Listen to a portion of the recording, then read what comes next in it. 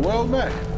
Well, well. The venerable sun-child graces us with its presence. Come to gawk at the people worse off than you. Move along.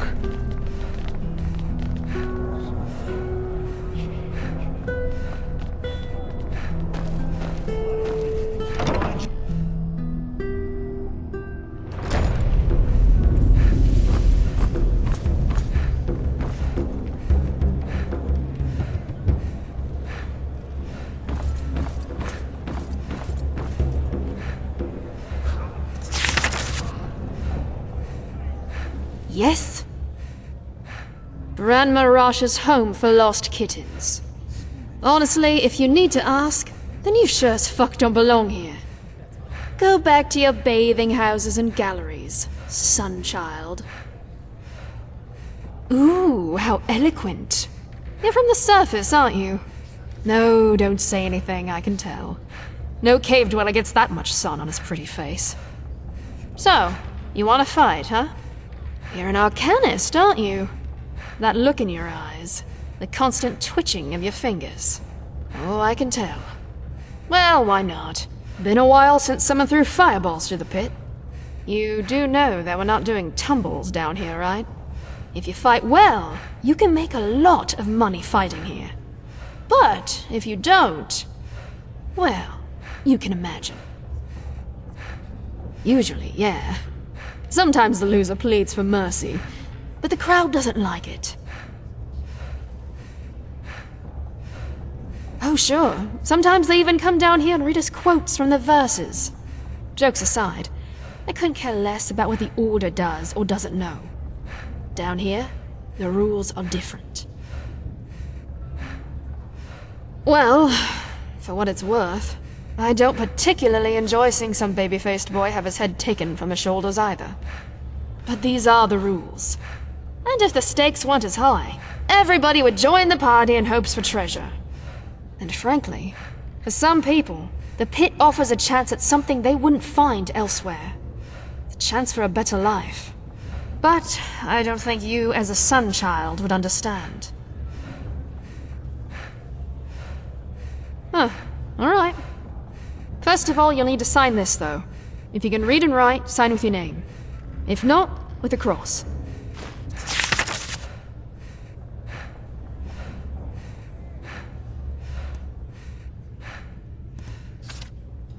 Thank you.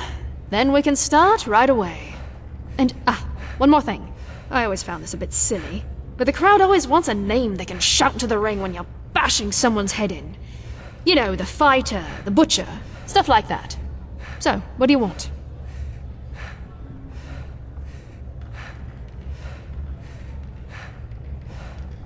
Prophet?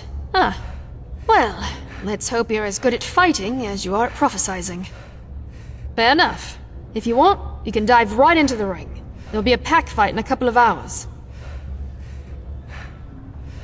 Yeah, also called Last Man Standing wins. 3 to 6 fighters in the ring, dog eat dog. Well, that depends on the bets, so I can't tell you yet. But if you win, it'll be well worth it. Tell me when you're ready to fight.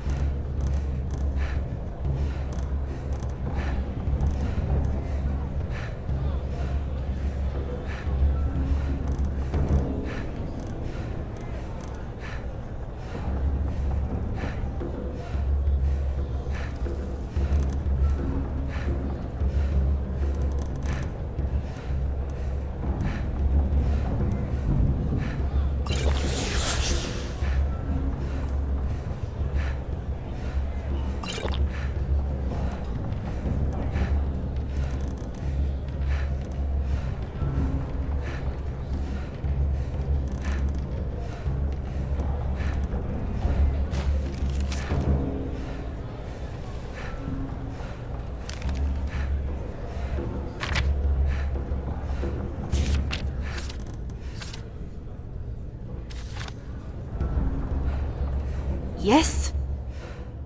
Eager, aren't you? Good. Just go down to the training dummies. I'll call you when we begin.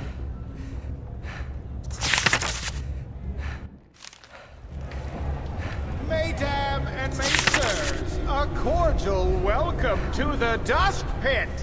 You know who I am, I know who you are, and above all, I know why you are here today. Because you want to see a fight! Today, there are 4 rookies in the ring, and they all share the same dream, to become the champion of the arena. Ah, can you see them shiver, the sweat glistening on their foreheads? They are afraid, and rightfully so, because they know only one of them will leave the pit on both legs. Mesdames and messieurs, I proudly present Kata Tanner's daughter, called the Storm. Simael Roth, called the Vagabond. And Tamas Shagar, also known as the Dervish. And last but not least, the unknown warrior who is only known by his moniker, the Prophet. Now, enough of the words. Fight!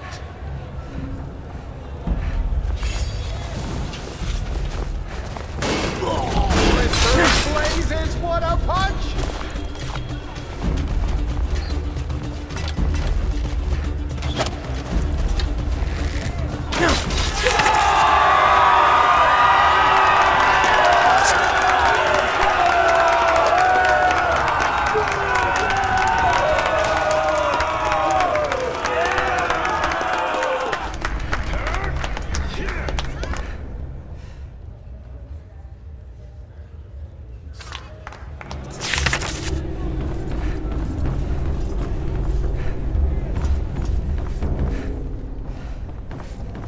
You know the rules, Rasha.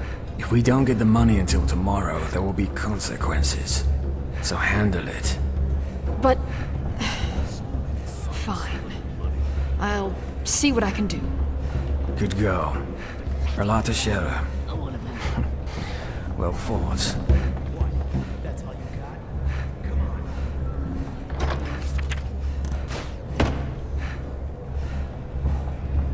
Ah, you. Well fought, really. Here's your share. Pardon my language, but none of your fucking business. Well, aren't you a piece of work? Still got blood and dust on your skin and already begging for the next battle. Come by in a couple of days and ask again, will you? I got things to take care of.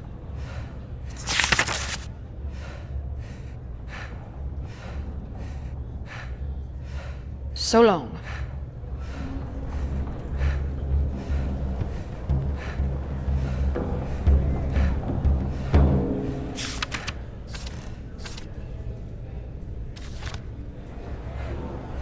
What do you want?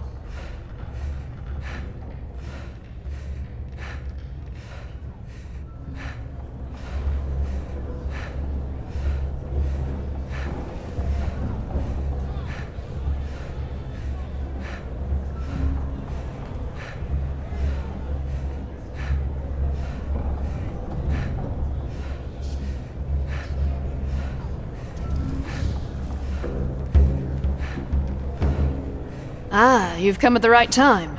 There's a fight soon, and you're the perfect candidate. 2 versus 1. Interested? The twins. 2 nasty, hairy beasts of men with even nastier axes. Yeah, I know the odds are against you, but what should I say? The crowd wants it, I deliver. What do you say? Oh yeah, but judging by how you fought, I think you stand a chance. Still, it'll be dangerous. So, what do you say?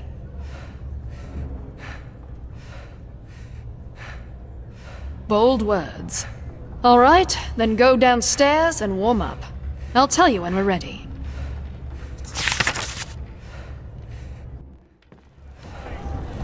Mesdames and messieurs, a cordial welcome to the Dust Pit. You know who I am, I know who you are, and above all, I know why you are here today. Because you want to see a fight! Today, two familiar faces will fight a rookie who you've already grown to love. The twins against the mysterious warrior only known as the Prophet. It is a battle to the death, a battle about gold and blood.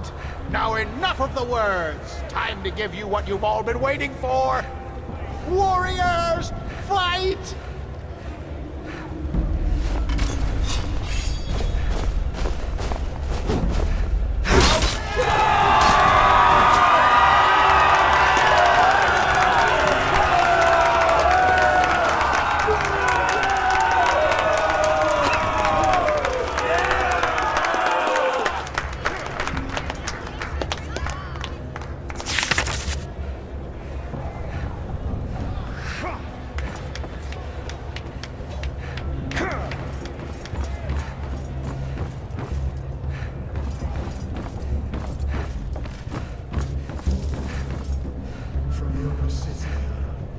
You got guts walking around with all that stuff down here.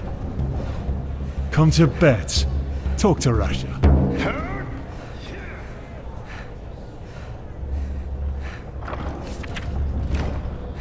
What do you want? Ah, sure. Sorry. I was elsewhere. Here's your share. Maybe, maybe not. As I said, none of your business. 2 or 3 days, give or take. Oh, I know you'd love to jump right back in. But if we start doing battles every bloody minute, the crowd will lose interest.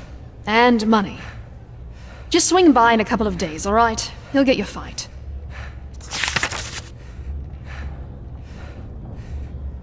So long.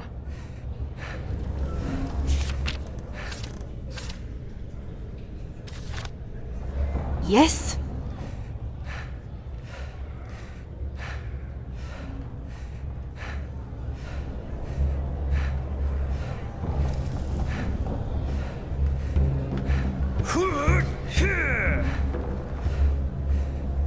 Look at that.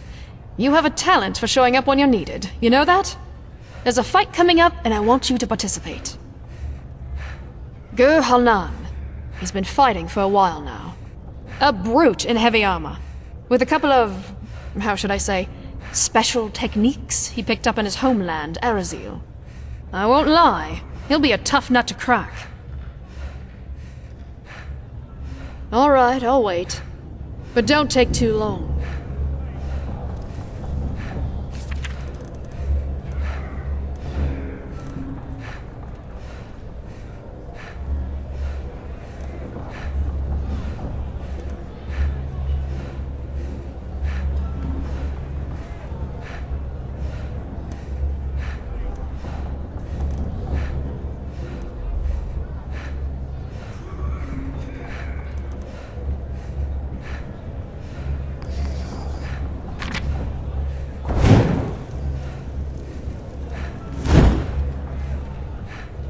What do you want? Aren't you eager? You know the drill. Go downstairs and warm up. The fight will take place in a couple of hours.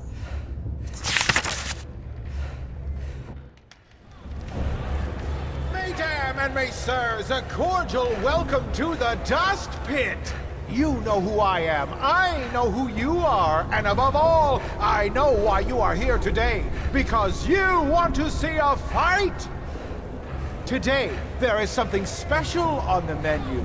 Or should I say, something savage? Because this is a word that best describes the beast our still undefeated rookie must stand his ground against. Mesdames and messieurs, I present Gur Halnan, the Berserker of the Steppes, versus the Prophet. Shed some blood, warriors! Fucking piece of shit! You'll pay for that.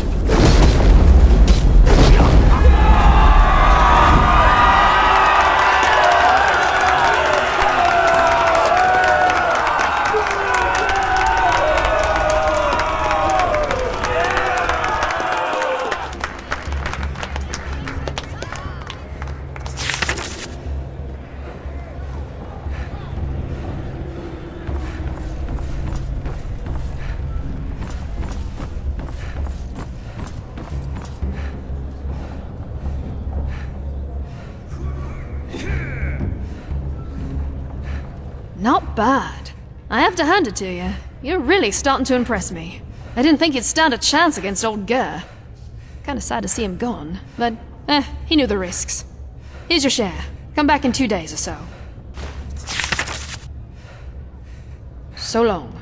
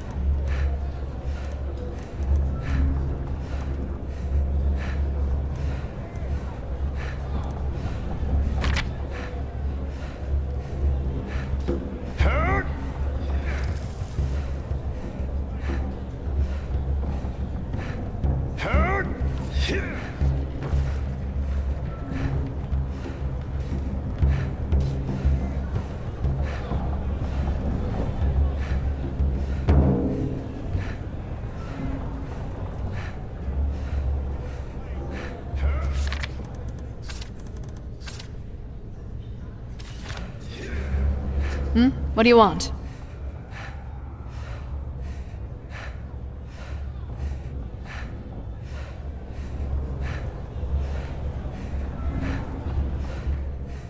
Ah, aye, we are. This time it'll be exciting. The Ringmaster plans to pair you with Raga Shadowclaw. No, but you will soon. She's an alchemist. Small tip from my side. Don't let her tender appearance fool you. You'll see why. Aren't you eager? You know the drill. Go downstairs and warm up. The fight will take place in a couple of hours.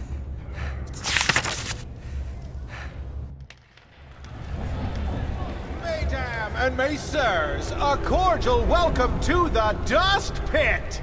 You know who I am, I know who you are, and above all, I know why you are here today. Because you want to see a fight!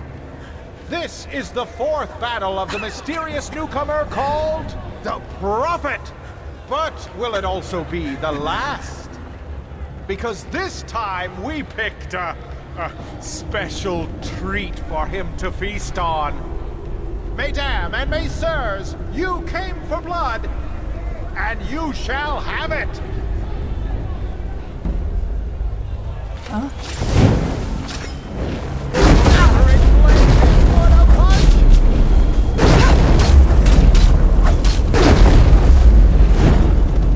Some folks just never learn.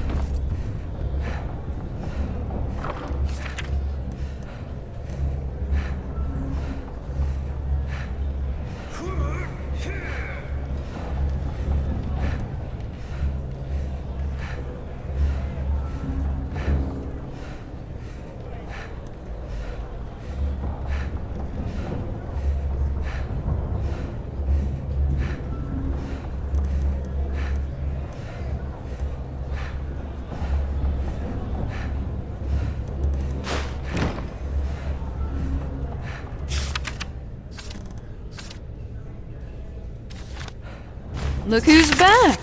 Not bad, not bad. I was expecting you to pee your pants after she did that little trick of hers. But no. You kept your cool, as usual. Sure you don't want to start working as a mercenary? You could make more money that way.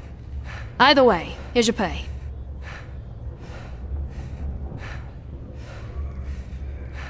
I had hoped you'd ask that. Aye, I do. And this time, you're in for a real challenge. No. If you're man enough, you'll fight the beast tonight. Aye, the pride of the pit. And the good thing about it, even if you hack it to shreds, all we need to do is give it some elixir and have our necromancer stick it back together, and it's as good as new. I won't lie, though. It'll be hard this time, and chances are you won't make it out alive. If you do make it, though, it'll be worth your time.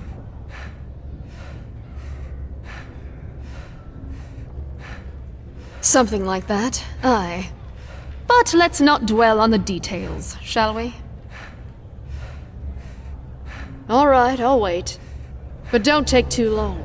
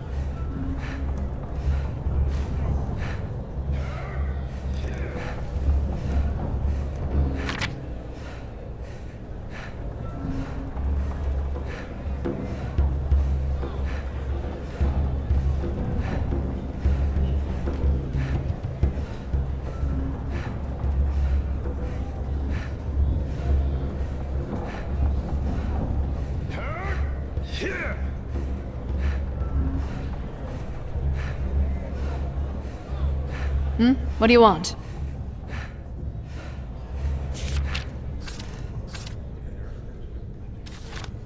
Yes? Thought so. Well then.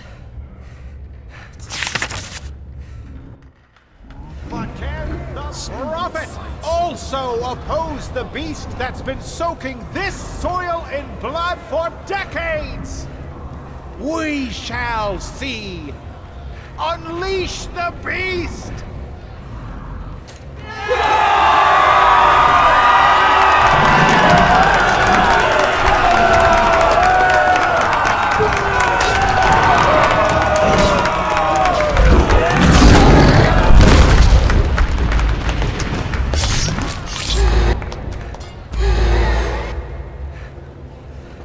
Let's see you dance, Prophet. Enemy!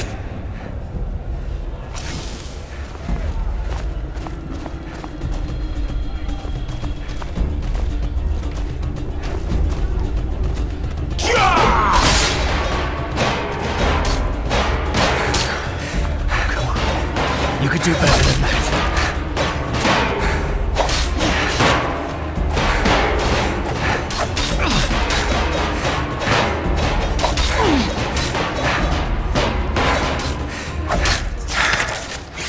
Good. That's enough. Let's talk.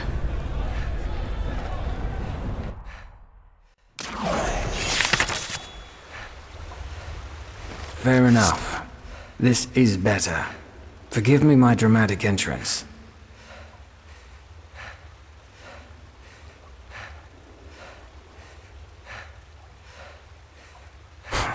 Come now, will you? I don't want to kill you. Otherwise I'd have fought very differently. I'm Naris, voice of the Father. I've been watching you for a while now because I'm looking for someone with your set of skills. And, our little encounter down in the pit erased the last doubts I had about you. That accent. You're an outlander, aren't you? Shit. Does that mean I have to explain who the Relata is to you?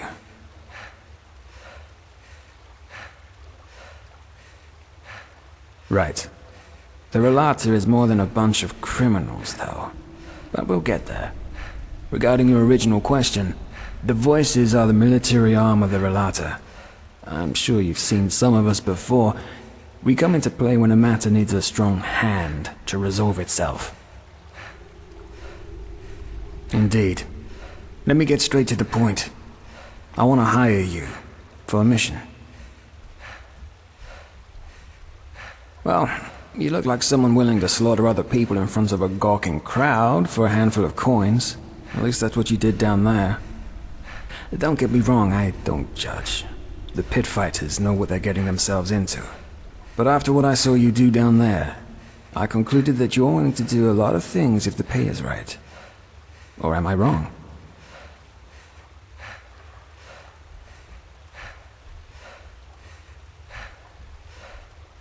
I see. How refreshing that you Sun children always find new, fun ways to kill time. But even if it's just a thrill you're seeking, you'll find it on the mission I'm offering you. Tenfold. Well, actually, it's simple. I want your help in killing someone.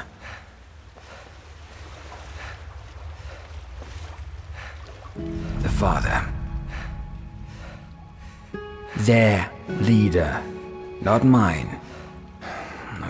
When I was 6 years old, the Relata abducted me and a dozen other children. That is, they bought us. Shagun, the old cunt who owned our orphanage, she sold us like cattle. Us, and over the years at least a dozen more. And we all came from the same orphanage. The refuge. And no, I have no idea what they did to us. I remember nothing. Yes. Why? Well, probably because the father shoved an ingot of gold up her ass for every child she sold. But the flesh maggots got her a while ago, so she took her reasons to the grave with her. That's the big question, isn't it? At first I thought it was about child trafficking. You know, tender little knaves and girls for rich bastards. Ark's bigwigs. Yet now I've come to the conclusion that it must have been about science. Experiments. Only the father. As I said, I'm pretty sure you have the wrong idea about them. The Relata doesn't see itself as a guild of murderers, but as a faith, a sect, a cult, in other words. The blackmailing, the shadow tax, is how they finance the little community.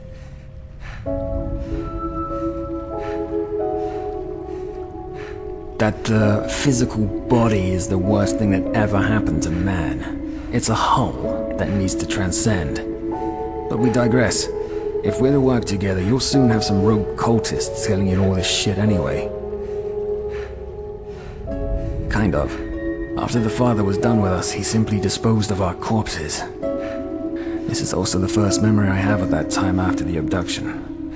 Waking up in a pile of dead bodies. I don't know exactly, but I must have been somewhere between 12 to 14 years old. Still half a child, in other words. As you can imagine, I was a mess for the first few moons after that. Once I was able to think somewhat straight again, I looked for help in the upper city. Of course, the guards didn't believe a word of what I said and sent me right back down into the caverns.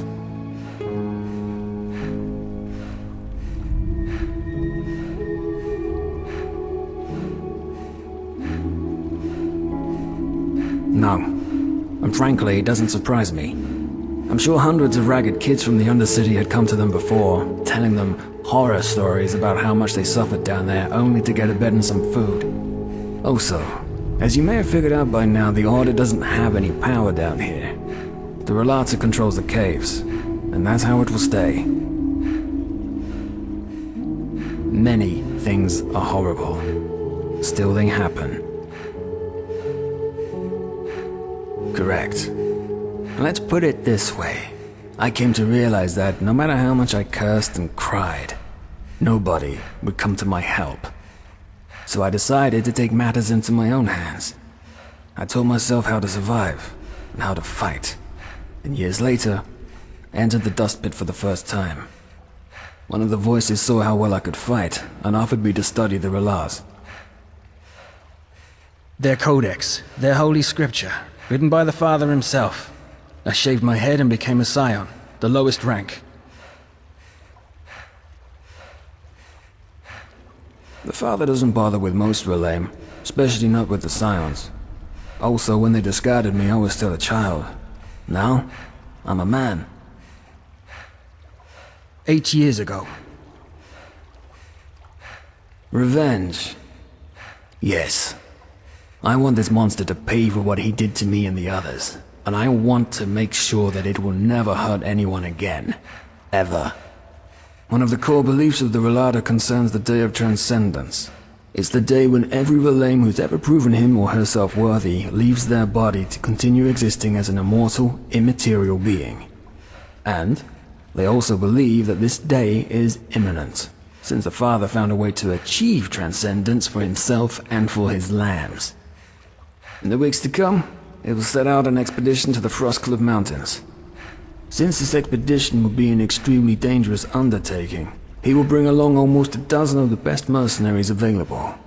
You will be one of them, and together, we will kill the Father.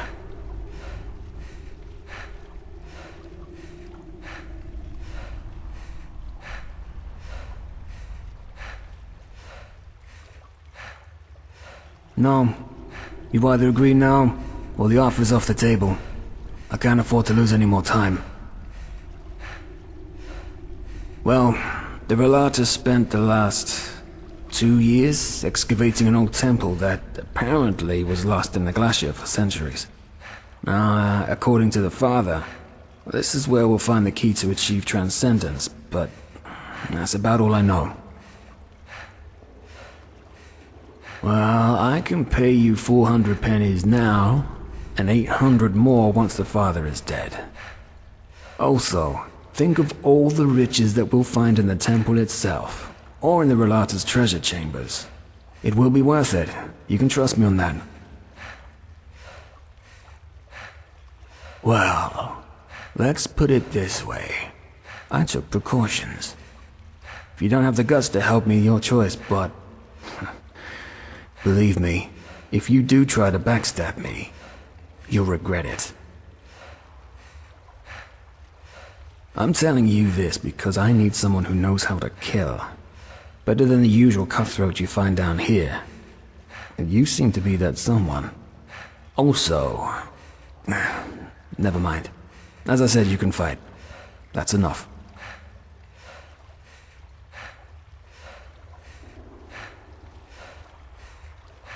By doing something that impresses him. As you can imagine, the Relata already has its stock of sellswords they rely on. But if we do something that impresses the Father or the First Seer, it might be enough to convince him to hire you. Look, I know how shaky it sounds, but it's our best bet. So, are you with me or not?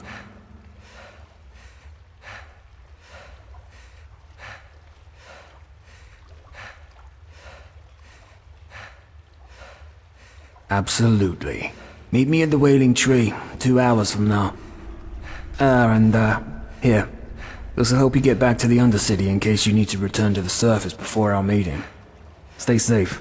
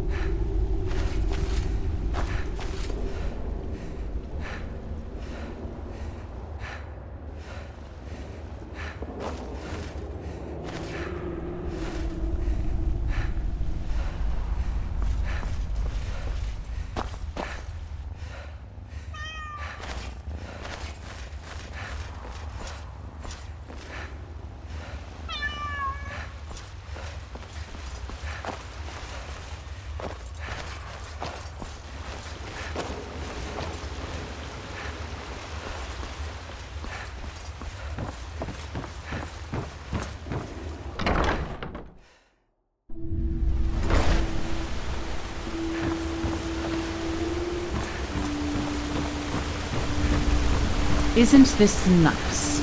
A sun child graces us with... Move along.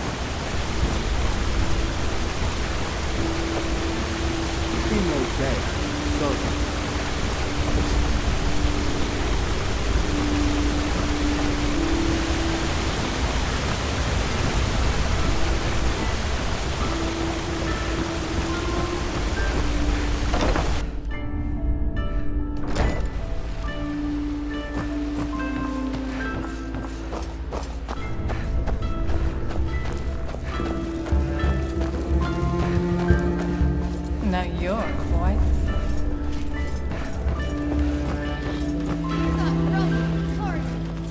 I heard you talk.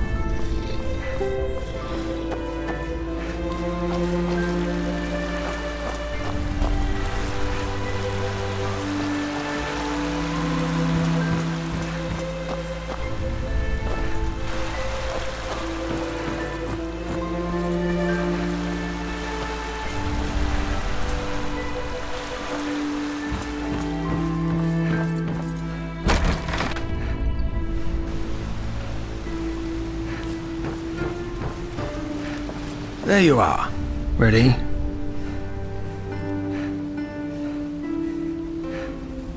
What do you think?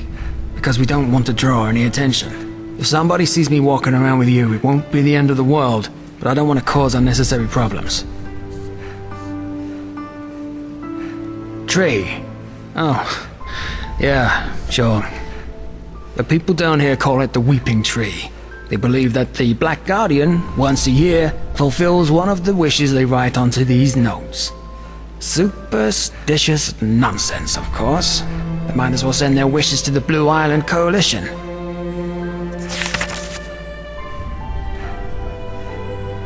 Maybe. Ready to set out?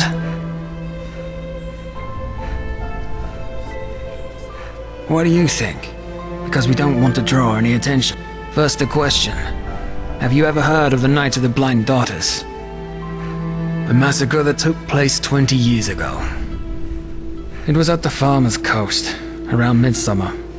The farmers had just put out the lights after a long day's work. Suddenly, shrouded figures showed up out of nowhere, with steel masks covering their faces. They broke into the houses and killed anybody who dared to stand in their way. While they merely wreaked havoc on most of the farms, any family with a daughter between 12 and 16 winters was less lucky. All in all, these masked people took 10 daughters that night and carried them away. They were found 1 week later. They lay on the Penny Road, mutilated with their eyes sewn shut. 1 girl each mile. They tried, but the few farm boys who were there in time stood no chance. These masked attackers were assassins, as deadly as the petrified and as brutal as lost ones. To this very day, no one knows. However, there are theories. Do the names the Black Libra and J.L. Tannerson ring a bell? The Butcher of Ark?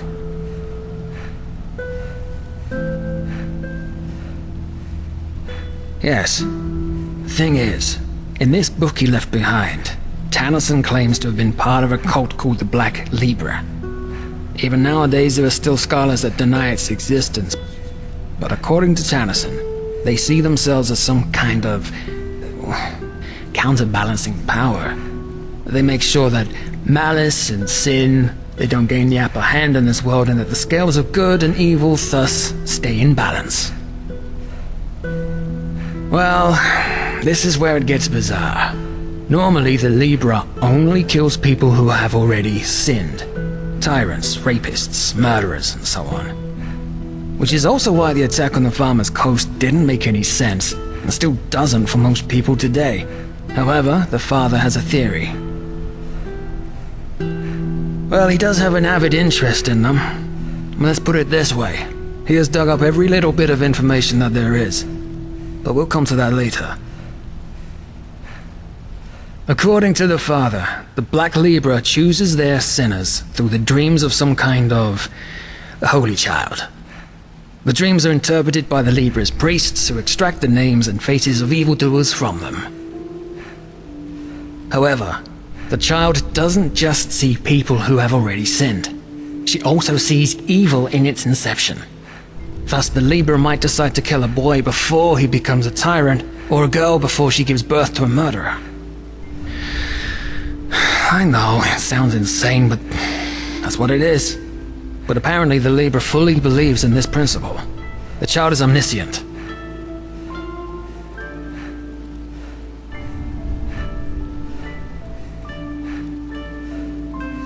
So it would seem, though according to the father, they wouldn't have just been ordinary murderers, but emissaries of the end. Whatever that may mean. Yes. Simple. The father believes that the Black Libra knows the secret to transcendence. This is why he's been studying Tennyson's books like a madman. Especially one in particular, in which he describes the initiation ritual he underwent to become one of their assassins. And I also think that this temple in the Frostcliff Mountains is somehow related to the Libra. Long story short, apparently the pages of Tennyson's original manuscript describing the initiation ritual in detail were forcefully torn out, and the father wants to find them. Right. And I happen to know the only person who might be able to tell us their whereabouts. A man named Collian. He was also an assassin of the Libra, and Tennyson's mentor. In other words, an unscrupulous piece of shit that did nothing but murder people for decades, guilty, the innocent alike. According to the father, he was also the one who orchestrated the Night of the Blind Daughters. However, that massacre seems to have been too much even for his rotten conscience to bear, because he left the Libra shortly thereafter. He took on a new identity. He's been living as a beggar in the Undercity ever since. I saw him once. It's no wonder that nobody knows what kind of monster he is. He's gone completely insane. Drinks away every penny he gets his hands on.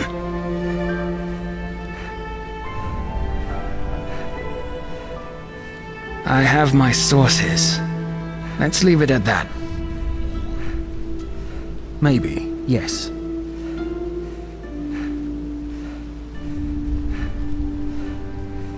Exactly. If we bring them to the First Seer and I tell him how I couldn't have done it without you, he might consider hiring you for the expedition. That's the plan. Not the best one, certainly, but, all we're getting. Then we'll need to improvise. Let's just hope it doesn't come to that. He currently lives in the communes.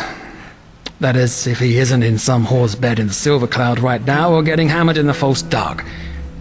I'll let you do the talking. It's unlikely that the First Seer will find out, but the more you actually help me on this mission, the more convincing our little story will be.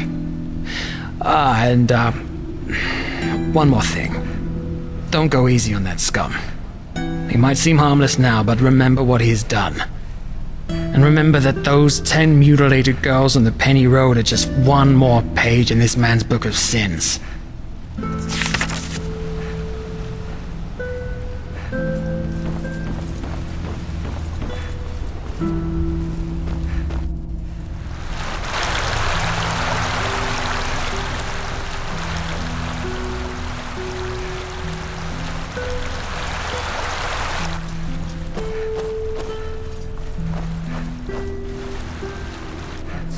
Even the last penny right out of your pocket.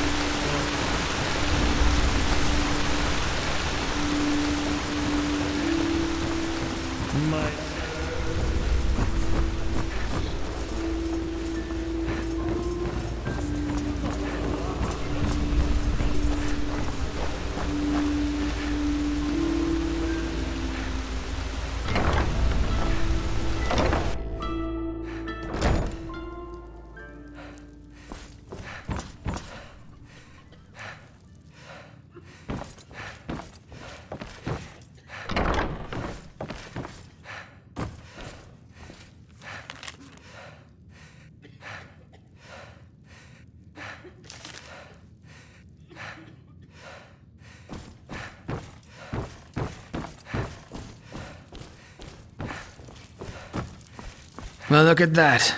Our friend has a visitor. Get out of here. What? I said, get out of here. We need 10 minutes. Afterwards, you can fuck as many men as you want. Of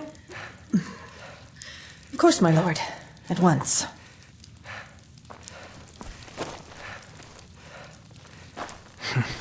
Interesting.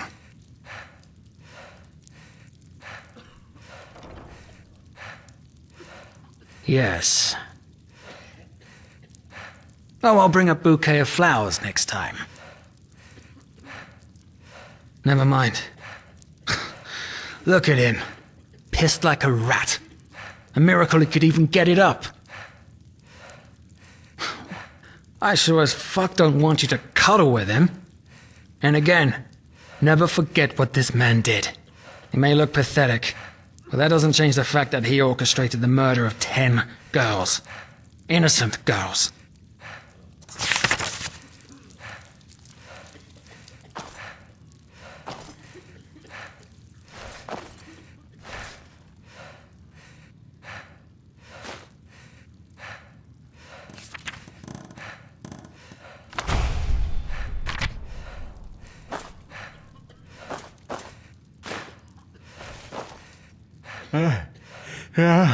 Who are you? Nylok is tired. Nylok needs sleep.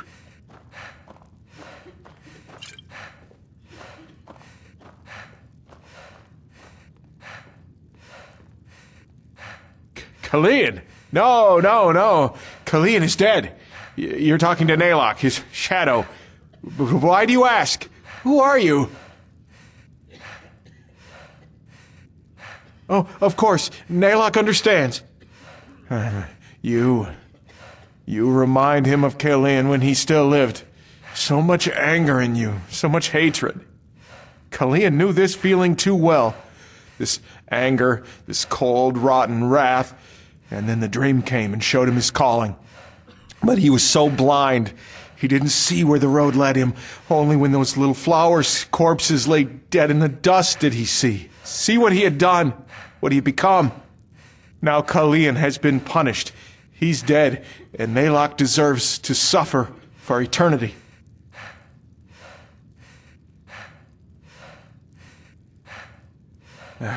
Regret. No, Kalian had regrets, yes, but Nylok isn't worthy of these feelings anymore. Regret is a pure feeling, as is absolution, but Nylok doesn't deserve purity. So he hates himself, hates his pathetic existence, hates himself for all the suffering his old skin brought upon the world.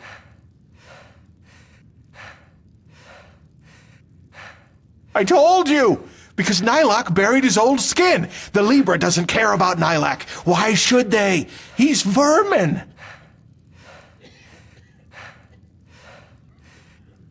Why? Because the decrees demanded it. And the decrees don't lie. They never did, and they never will. Aren't you listening?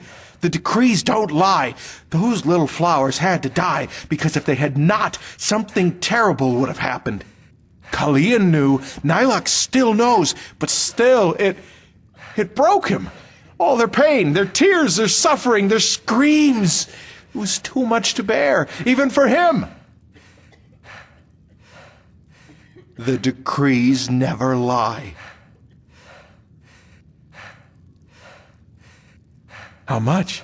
He doesn't remember. He always drinks when he has the coin for it. He sniffs, and sometimes, when the people are generous, he buys himself a night with Anna. They're the deeds of a coward, and he knows it.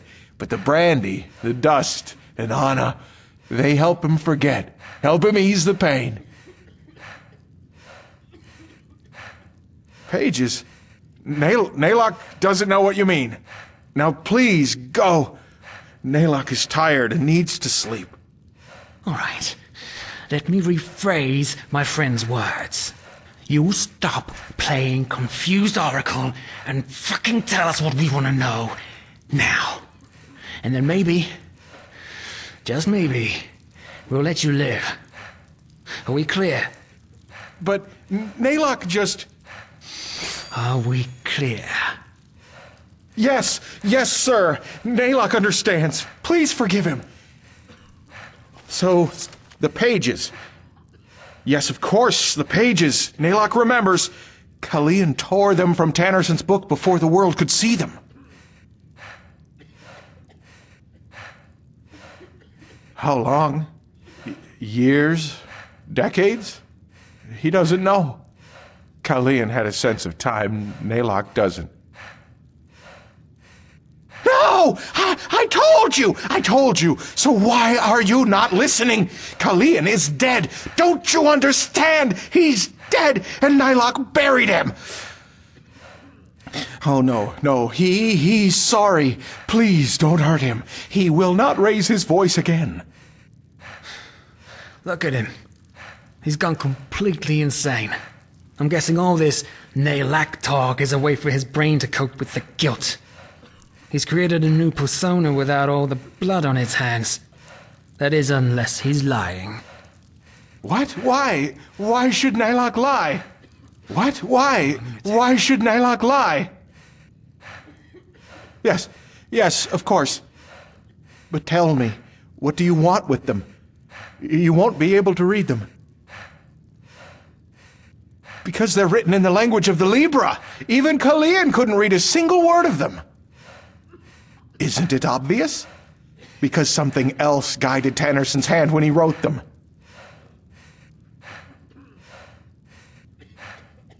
Naylock doesn't have a choice, does he? All right, he will do as you demand. The pages, he buried them together with his old skin. He can show you the pages. But tell him, my sir, if he shows you the pages, could you... Well, Naylock is hungry, Naylock is thirsty, and he has no more coin.